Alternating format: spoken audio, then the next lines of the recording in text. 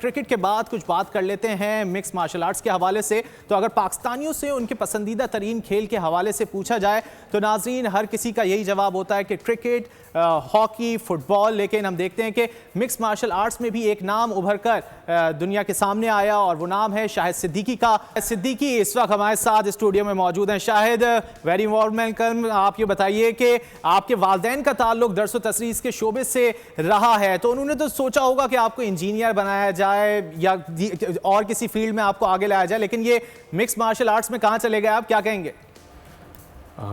Thank you. سب سے پہلے رضی, بیسکلی جس طرح ہر دیسی پیرنٹس کا خواب ہوتا ہے obviously to make their children professional enough, تو جی بالکل ایسی ہے. میرے both parents needed to make me any doctor, engineer, ایسے ہی ان کا بھی پلان تھا to make me certified something in professional وے.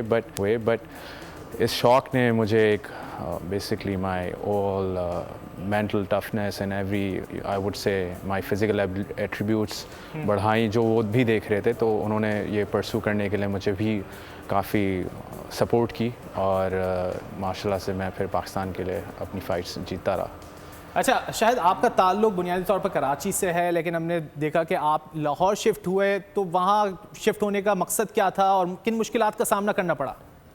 اچھا, basically I am doing this sports for more than a decade. So میں آپ کو اس کی ہسٹری بتا دیتا ہوں. Mix martial art sports Pakistan میں ابھی بھی fresh and fresh, it's become a decade long. اور کراچی میں سے پہلے ہی لاہور میں آئی ہیڈ ٹو وزٹ, میں وزٹ کرتا تھا. کچھ ٹریننگ کیمپس ہوتے تھے اور اسپیسیفکلی ایم ایم اے کے لیے آپ کو سیمینارز اٹینڈ کرنے پڑتے ہیں, پروفیشنل ٹیم بنانی پڑتی ہے, ان کے ساتھ رہنا پڑتا ہے. انٹرنیشنلی ایتھلیٹس کو لے کے جا رہے ہیں اور تھوڑا سا برائٹ دکھ رہا ہے. بٹ آئی تھنک ابھی بھی کچھ پروموشنس کو پیچھے بیکورڈز اپنے کچھ ایسے نام جوڑنے چاہیے جو اس اسپورٹ کو اویئر کر سکتے ہیں اور لے کے آ سکتے ہیں آن دا مین اسٹریم میڈیا, جو کہ ہیلپ آبویسلی کر رہی تھی. بیفور کووڈ یہ اسٹارٹ ہو گیا تھا اور آفٹر کووڈ تھوڑا سلو ڈاؤن ہوا, بٹ ہماری ایمیچور لیگز اور ایمیچور پروموشنز نے کافی اوپر تک ابھی پچھلے 2-3 سالوں میں آپ کو دیکھے ہوں گے کافی فائٹرز انٹرنیشنل ٹورز کر رہے ہیں اور professional fighters even through out globally fight کر رہے ہیں. سو اب میں یہ سمجھتا ہوں کہ پاکستان بھی اس لیول پہ آ رہا ہے جہاں پہ آہستہ آہستہ ایتھلیٹس بنتے جائیں گے. اچھا, تو شاید یہ بتائیے کہ اس میں حکومت کا کتنا تعاون حاصل ہوتا ہے؟ دیکھا ہے کہ دیگر فیڈریشنز ہیں, دیگر کھیل ہیں, ان کو حکومت بڑا سپورٹ کرتی ہے, اس میں کتنا سپورٹ ہوتا ہے؟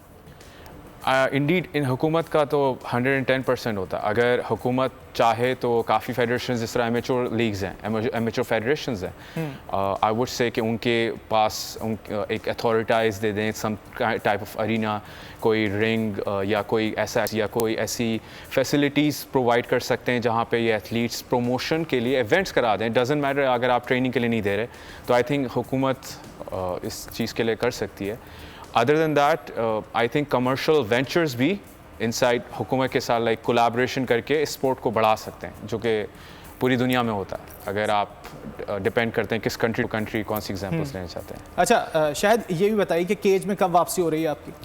انشاءاللہ soon. Date is not decided but hopefully this year coming next. چلیں, ہماری دعائیں آپ کے ساتھ ہیں کہ آپ کیج میں جائیں اور پاکستان کا نام ایک بار پھر روشن کریں. بہت شکریہ شاہد صدیقی, آپ آئے اور اسٹوڈیو میں ہمیں وقت دیا. بہت شکریہ. Thank you.